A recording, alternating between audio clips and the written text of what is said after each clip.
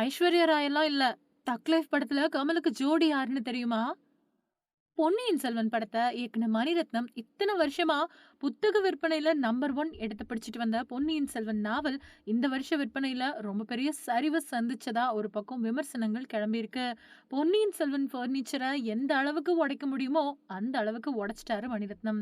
இந்த நிலையில அடுத்ததா கமலஹாசன வச்சு தக் லைஃப் படத்த இயக்க ஆரம்பிச்சிருக்காரு.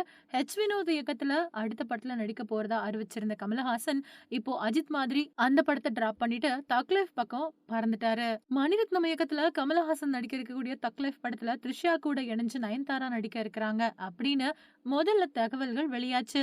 ஆனா அதுக்கப்புறம் இந்த படத்துல நயன்தாரா நடிக்கல அப்படிங்கிறது ஆன் போர்டு அறிவிப்பு மூலமா உறுதி செய்யப்பட்டுச்சு.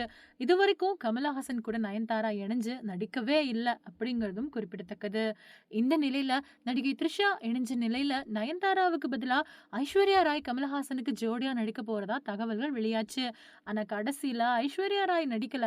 ஐஸ்வர்யா லக்ஷ்மி தான் இந்த படத்துல நடிக்கிறாங்க அப்படின்னு அதிகாரப்பூர்வமா அறிவிப்பு வெளியாயிருக்கு. இந்த நிலையில லேட்டஸ்ட் அப்டேட்டா தக் லைஃப் படத்துல உலக நாயகன் கமலஹாசனுக்கு ஜோடியே இல்ல அப்படிங்கிற திடுக்கிடக்கூடிய தகவலும் இப்போ கசிஞ்சு அது தீயா பரவிட்டு வருது. நடிகை த்ரிஷா அப்புறம் ஐஸ்வர்யா லக்ஷ்மி 2 பேரும் இருக்கக்கூடிய நிலையில 2 பேருமே கமலுக்கு ஜோடி கிடையாது அப்படின்னும், வேற 2 நடிகர்களுக்கு தான் அவங்க 2 பேருமே ஜோடி அப்படின்னும் சொல்லப்படுது.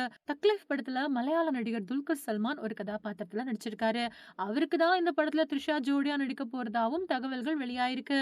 அது மட்டும் இல்லாம ஜெயம் ரவிக்கு பொன்னியின் செல்வன் படத்துல பூங்குழலியா நடிச்ச ஐஸ்வர்யா லக்ஷ்மி ஜோடியா நடிக்க போறதாவும் தகவல்கள் வெளியாயிருக்கு. அது மட்டும் இல்லாம இந்த படத்துல கமலஹாசனுக்கு வில்லனா பிரபல மலையாள நடிகர் ஜோஷு ஜார்ஜ் நடிக்க இருக்கிறதாவும் சொல்றாங்க. இவங்கள தவிர்த்து இன்னும் சில முக்கியமான நடிகர்களும் தக் லைஃப் படத்துல இடம் பெறுவாங்க அப்படின்னு சொல்லப்படுது. இப்போ ஆரம்பிக்கப்பட்டிருக்கக்கூடிய தக் லைஃப் படத்தோட படப்பிடிப்பு 3 மாசத்துல முடிவடையும் அப்படின்னும் பேச்சுக்கள் அடிபட்டுட்டு வருது.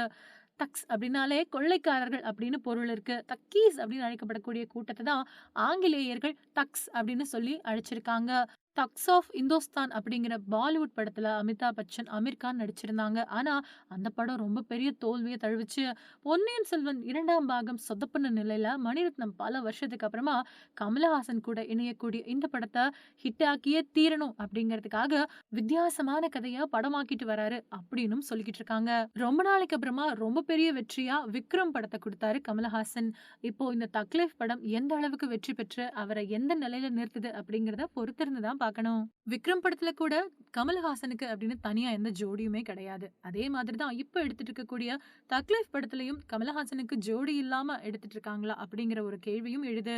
அதனால தான் நயன்தாரா, ஐஸ்வர்யா ராய் மாதிரியான பெரிய ஹீரோயின் இல்லாம ஐஸ்வர்யா லக்ஷ்மி மாதிரியான ஒரு ஹீரோயினை செலக்ட் பண்ணியிருக்கலாம் அப்படின்னும் சொல்லப்படுது. இருந்தாலும் கமலஹாசனுக்கு அப்படின்னு தனியா எந்த ஜோடியுமே இல்ல அப்படிங்கிறது அவரோட ரசிகர்களுக்கு வருத்தத்தை தான் கொடுத்திருக்கு.